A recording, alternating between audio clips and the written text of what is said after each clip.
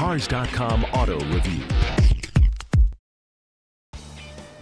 Hi, I'm Kelsey Mays for Cars.com. With me is the 2011 Subaru Outback.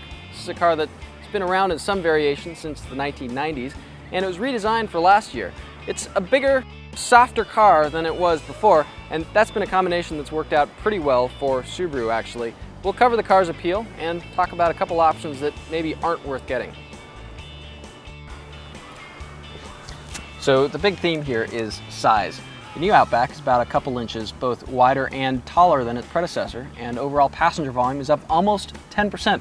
Pretty good numbers, and I've got plenty of room here to spread out in the front seats. The optional leather seats in our test car are both supportive and comfortable. That's a good thing. My only real sort of quibble here, being about 6 feet tall, is that I don't have enough thigh support. This seat could come out a couple inches more. Right now my knees are kind of just sort of hanging in the air. Cabin materials are okay. There's some nice looking sort of brushed silver trim here along the dash. Looks upscale. The wood trim looks really plasticky. It's kind of over lacquered. Sort of a mess on that front.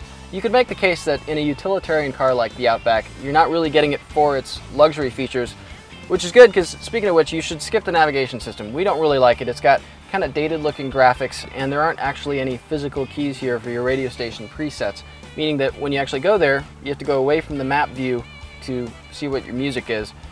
You can surf presets, obviously, with the steering wheel audio controls, but it doesn't work for satellite radio if you're going to get that option too, because the satellite radio buttons here only go up to your next station, not to your next preset.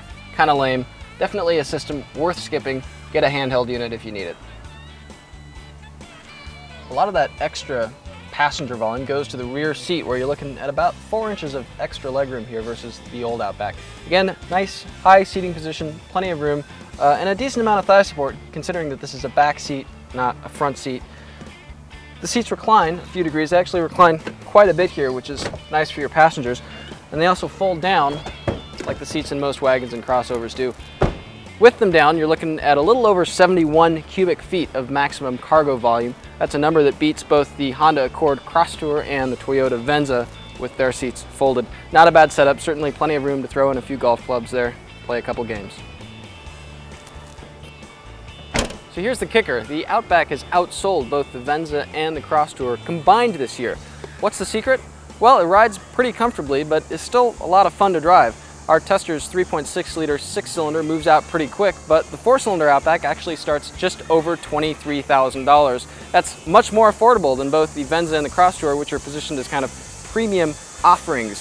Throw in the Outback's excellent reliability and good crash test ratings, and, well, I gotta say, case closed. Looks like wagons are making a comeback, and Subaru's leading the charge.